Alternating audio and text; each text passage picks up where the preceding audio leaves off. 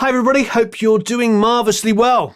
We're big, we're bad, and we're back with another incredible mixing competition.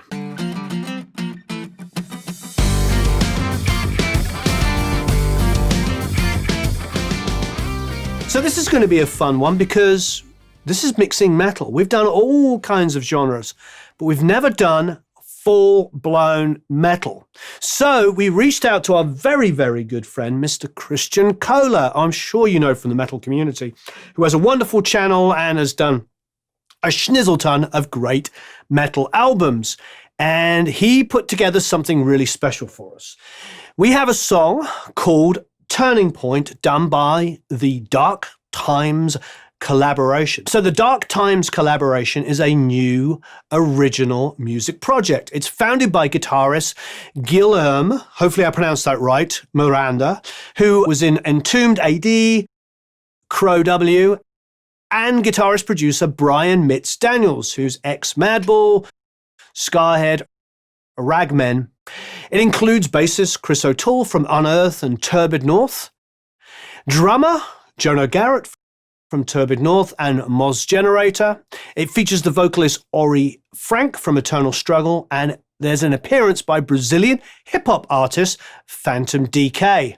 The song, of course, was recorded remotely due to the pandemic in 2020. Of course, it was mixed by our good friend Kristian Kohle at Kohlekeller Studios in Seeheim in Germany. We have some incredible prizes. Neural DSP are giving us a whole schnizzle ton of amazing amp sims. They're just incredible company. Eve, our good friends at Eve Audio, are supplying 3 different sets of monitors for first, second, and third. Mojave microphones are supplying us with 3 beautiful microphones.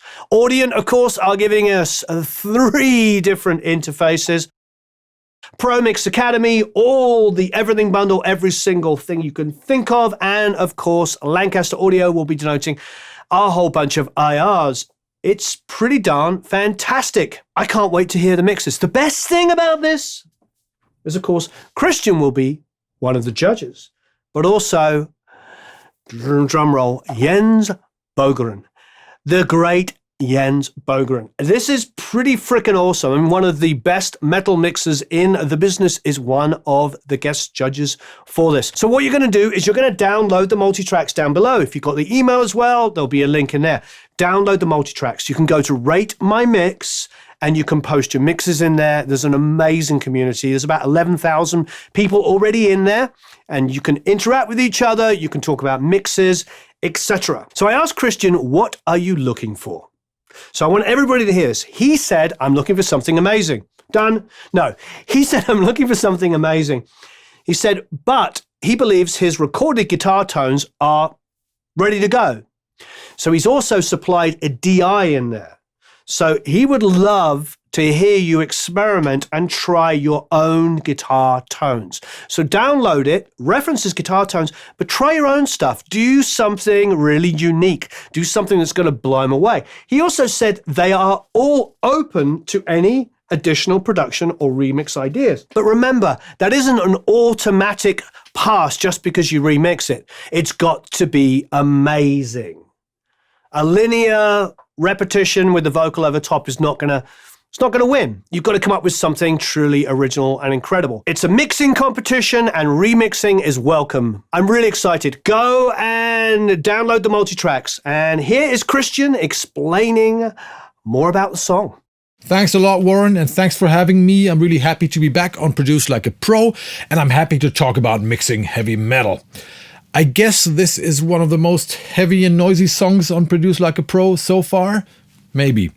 But don't let that scare you away, because it's actually really interesting and a lot of fun to mix noisy and evil music. Believe me. So welcome to Kohlekeller Studios. This is where I mix the song. And what I want to do in this video, I want to show you the tracks, walk you through the mix, so you know what you can expect and you know what you have to do. But before that, let's have a listen to the song so you know what we're talking about. The song was released about 2 weeks ago on the YouTube channel of the Wacken Open Air Festival, which is the biggest metal festival over here in Europe. So let's have a listen to a snippet of that song and then have a look at the tracks. Here we go.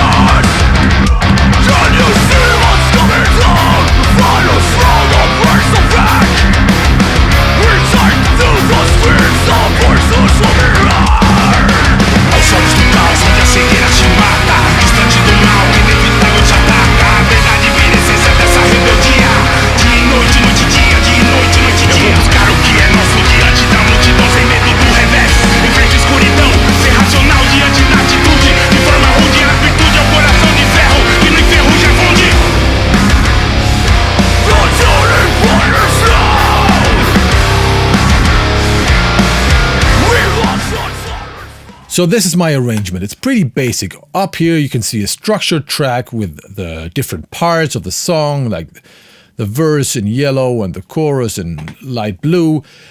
I can just recommend to have a track like that in your arrangement. It just makes your life a lot easier and your workflow a lot faster. So we got 4 or 5 folder tracks. Got the drums, the bass, the guitars, vocals, and some effects. So let's have a look at the drums. What do you need to know about mixing metal drums? In a nutshell, metal drums need a lot of high end and a lot of attack to cut through a dense mix of highly distorted guitars. A lot of people tend to sample replace the shells. I try to find a good balance between samples and the acoustic tracks. But again, don't be afraid of using a lot of EQ and don't be afraid of using samples if that's really needed. Also, especially on the room tracks, don't be afraid of compression or even distortion. That just adds character and brings up the details from the background, because a metal mix is a lot more dense than a typical pop or rock mix. You will see that in a minute. So let's have a look at our drum tracks. They were recorded in a studio in Texas, by the way. So we got overheads, 2 snare tracks, 3 toms, 3 kick mics, hi-hat, and a few room mics, 3 different room mics. So that's a lot of fun. You got a lot of room for experiments here. What I did on the room mics was I kind of destroyed them. Just listen to my mono room mic.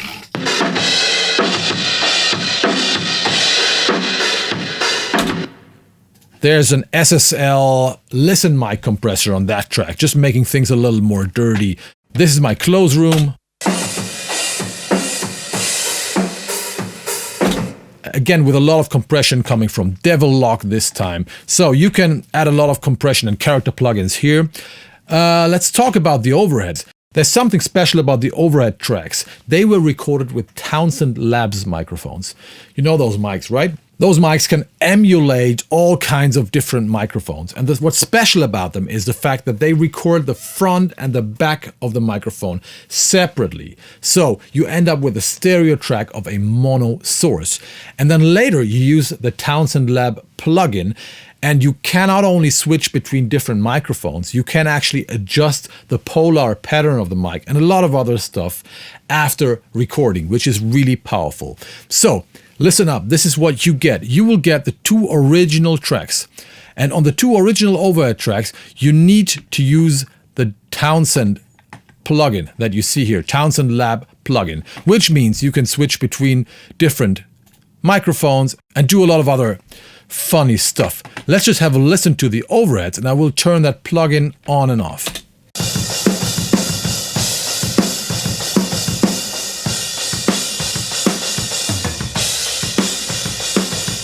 So you see how powerful that is. I'm using an AKG 414 here, which just makes things sound rounder and fuller and not so metallic and bright and annoying. Really powerful. So you can decide, either you want to work with those 2 Townsend tracks. Again, you need to download the plugin. It's freeware. You can just download it. Or I will give you another track with normal stereo overheads, unprocessed, and you do whatever you want. Okay? So that's the cymbals here. Again, on the shells, you will probably need a lot of EQ. Don't be afraid of using a lot of EQ on the shells. Let me give you an example. So let's have a listen to the main kick drum microphone. Sounds like this.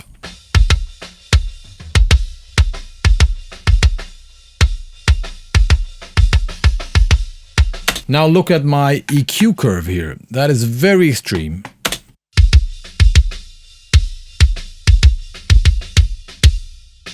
Almost 10 dB of EQ here on this band. But you know, it just makes that kick drum sound more metal. What you want to do with pretty much all the shells is you want to get rid of any woody or boxy sounding mids. You want to boost the attack by adding more highs or upper mids, and maybe you want to boost the lows as well to make things sound fatter.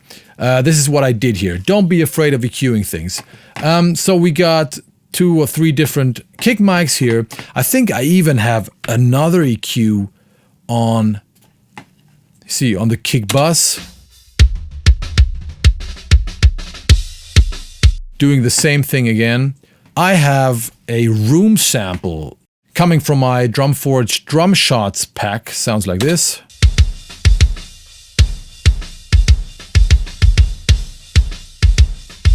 making the kick a little more roomy. And finally, I'm adding a sample, a very clicky sample, to make that kick drum over the top clicky. Sounds like this.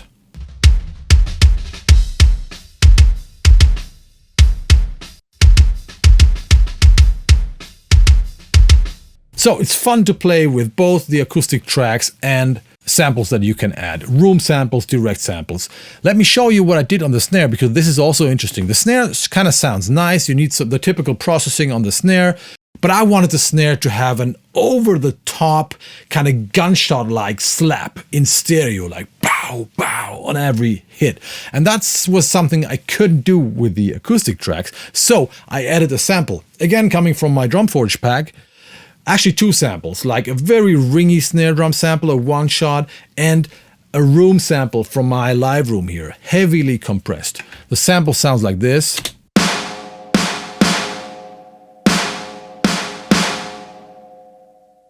And the drums sound like this.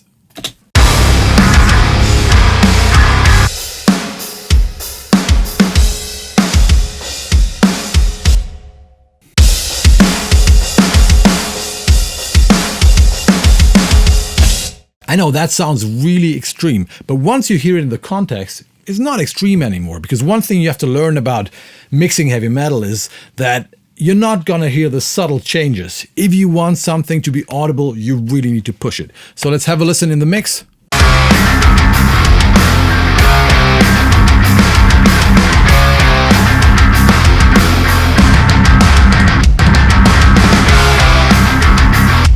So that sample just gives the snare the right over-the-top bow bow slap it needs, and makes everything sound, whatever, a little more Hollywood if you ask me.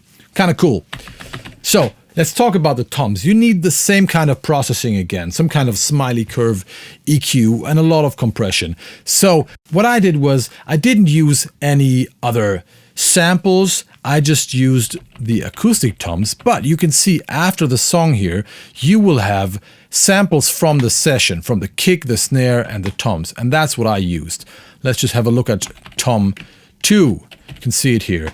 So what you have to do is you have to cut out the toms, because you don't want any bleed from the cymbals, especially not if you have boosted a lot of high frequencies and have added a lot of compression. Then you will end up with a lot of bleed coming from the cymbals on your tom tracks. So up here, the green hits are the original tom hits. And whenever there was a bad hit or whenever there was too much bleed, I replaced it with another hit. You can see these hits in orange. So let's have a listen. Sounds like this. Or like this. And here's another hit. If we listen to the original, it sounds like this.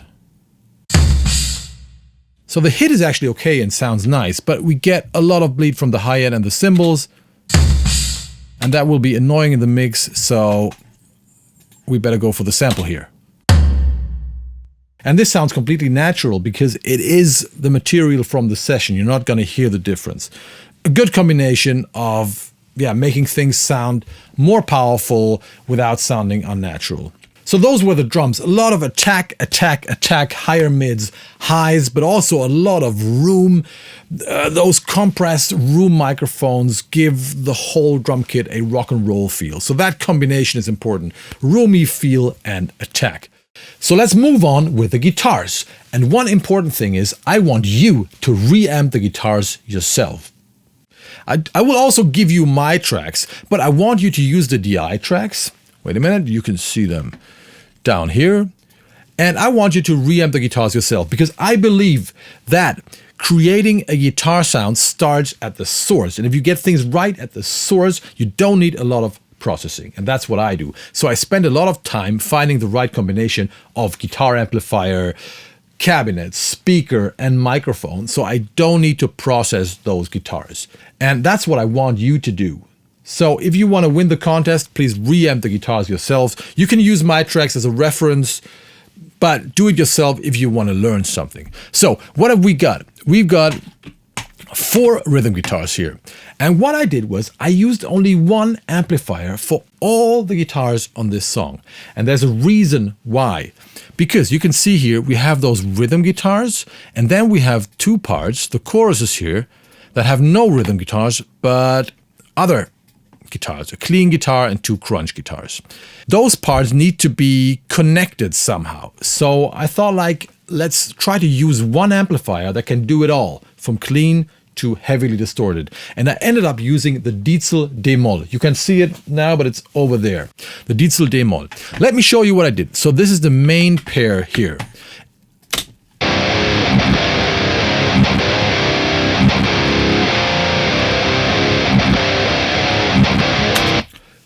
So this is channel 3 of the Dietzel amp, and going into a rectifier cap with an Eminence speaker called DV77. I don't remember the microphone combination, but it just sounds great. It's a full sounding, aggressive, high gain metal tone. And you can see the only processing is a high cut and a low cut, and just a little dip here, 1 dB at 230 Hertz. Sounds like this.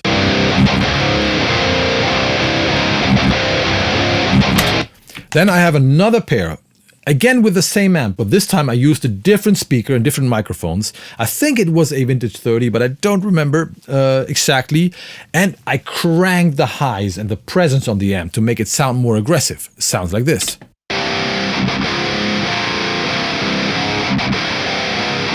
So this sounds a lot more aggressive and brittle, but by using those 2 pairs, I could get the right blend, the right mix between full and rather warm and aggressive sounding. So all the 4 tracks sound like this together.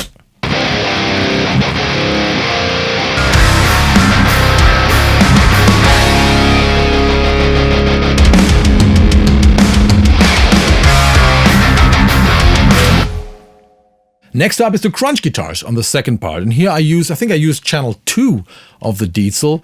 The crunch guitars sound like this.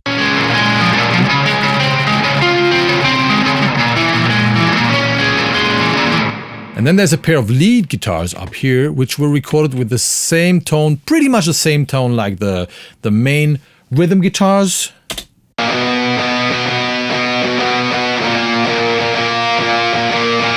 And they kind of connect those 2 parts. Finally, we've got a clean guitar down here.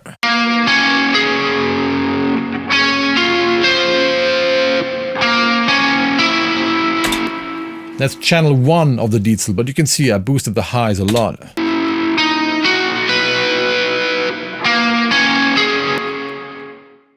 And I used a lot of reverb and delay on those guitars to make that part a little different from the verse, which is super dry.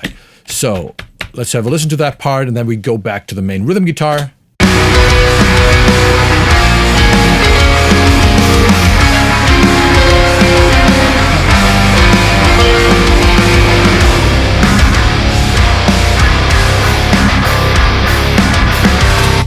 Yeah, but again, you should find your own guitar tones. You have the DIs, listen. Try to come up with your own sound. Okay, we have 1 or 2 additional guitars, but nothing really important. The main thing is those 4 rhythm guitars, 2 additional lead guitars, also high gain, some crunch, and 1 clean guitar. A lot of cool tone chasing for you. My recommendation is to only use 1 amp at different gain settings. But do whatever you feel is right. Let's have a listen to the bass. A bass in metal needs to sound as heavy and as evil as possible. Let's have a listen to our bass sound.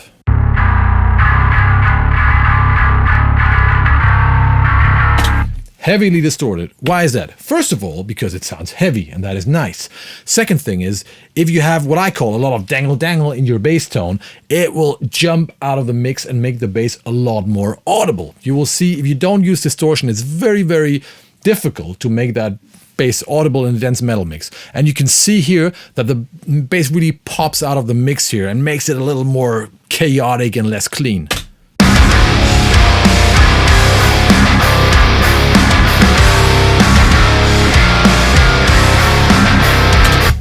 I'm basically using the Mammoth plugin from Aurora DSP. If you get that plugin, there's an IR and a preset included from me, and that's what you hear here. It turns your bass from a DI into a metal bass with one click. But there's one problem if you distort the bass, because the low end gets thinner and thinner because of the distortion and the overtones. And you want to have a clean and solid low end. So that's why I added a second track here. A second track with a pretty steep high cut here, you see, at 150 hertz. And heavily compressed. This track sounds like this.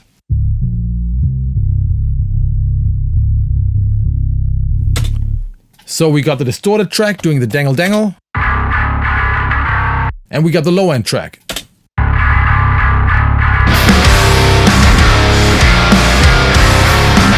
Then there's a little additional EQing and compression, but not a lot. This is how I created the bass tone here. All right, let's talk about the vocals. They have been muted so far. Here's the main vocals.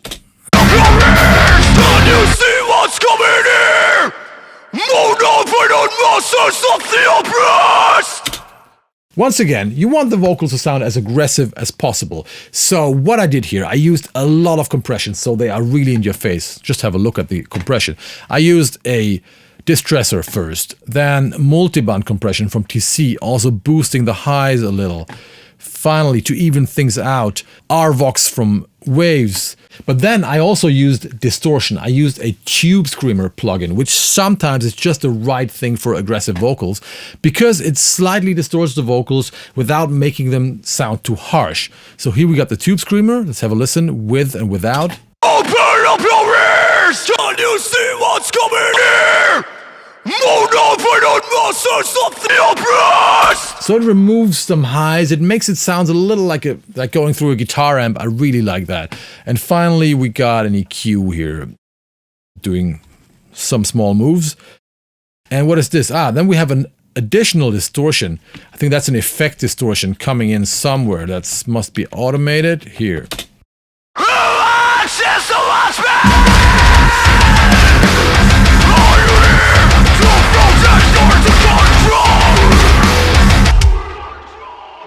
So that's more of an effect distortion, just at the middle part section here. Really nice as well. That's the Manny Marroquin plugin from Waves. There's, of course, some automation everywhere. You can see here that I added a lot of delays on single words, like here.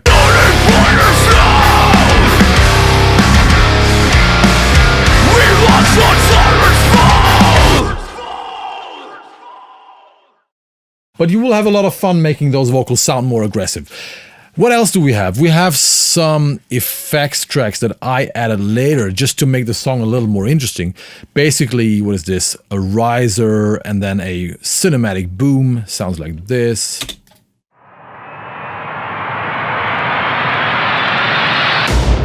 Boom. Let's have a listen to the mix.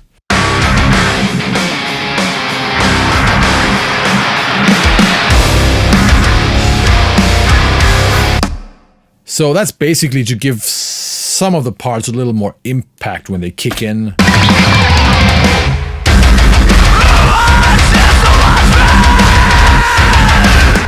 Not a lot, just a little post-production. Something I do as a producer and mixer, I always try to add some effects to metal songs. Something that makes the song more interesting overall. And when I heard the song, I felt like, hey, the intro sounds pretty cool. But when the main riff kicks in, I want to have more impact. I want it to kick in a lot harder. So what I did is I turned the intro into lo-fi. Let's have a listen to the intro. It sounds like this.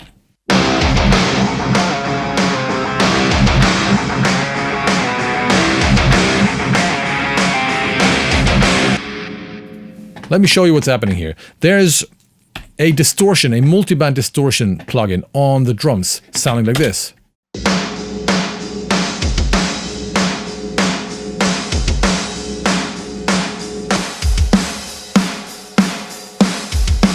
So that's without.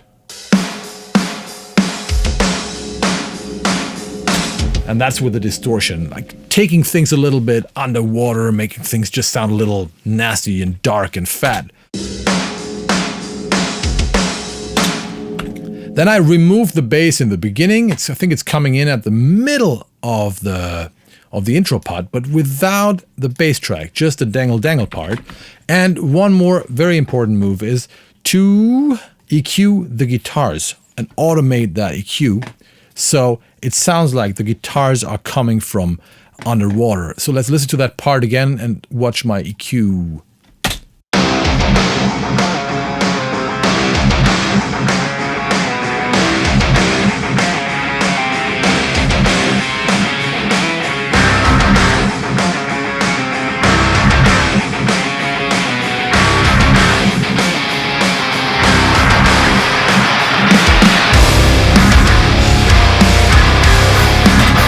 And that just gives the main riff a lot more power. And it makes the intro sound more interesting, if you ask me.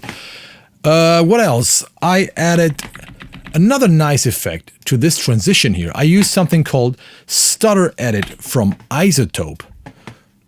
This plugin here. And what you do is you can trigger a lot of weird stutter effects by MIDI.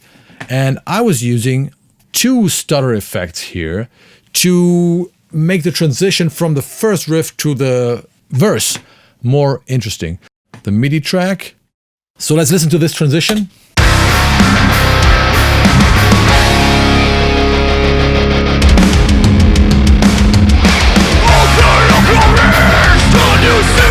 So those are the little moves that give a metal mix a little more dynamics and make the song a little more interesting. I think I got one more.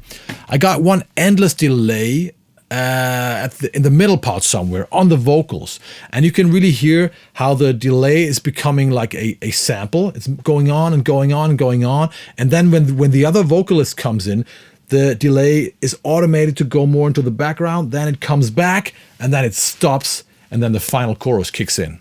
Let's have a listen.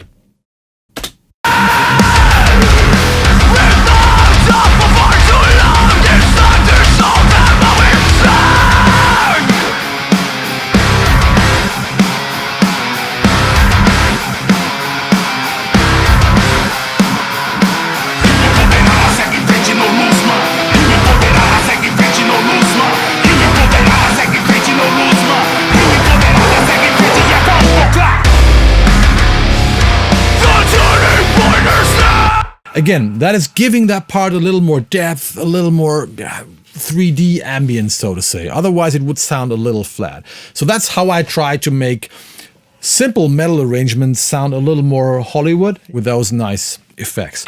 Okay, that's all I want to show you for today. So let me sum it up. The drums need some treatment. They sound really good, but you might want to add some punch, some highs, some lows to the shell, remove some boxy sounding mids. Feel free to add some samples to give especially the snare a little more punch, maybe also some click in the kick drum. But overall, those drums are nice to work with. Then you should reamp the guitars, use the DIs only, and find your tones for both the high gain and the crunch and clean guitars. The bass needs some distortion, needs to sound evil, but also needs a solid low end. And finally, the vocals, make them as aggressive as possible. But you don't have to listen to me. Do whatever you feel is right. It is totally cool if you don't want to try to sound like me and do something else. You can do a totally different mix, something really original. We will appreciate it when we announce the winners. So that's all for now. Bye-bye from Germany. Let's get back to LA and let Warren explain how to download the tracks and how this whole contest works. Thanks for watching. Bye-bye. Thanks, everybody. I hope you enjoyed Kristian's deconstruction of the song. Don't forget, download the multi-tracks below. Thank you to Neural, thank you Eve, thank you Mojave, thank you Audient, thank you ProMix Academy, thank you Lancaster, thank you everybody for joining in. Really excited to hear your mixes. So long, farewell, auf Wiedersehen, au revoir, adios, goodbye.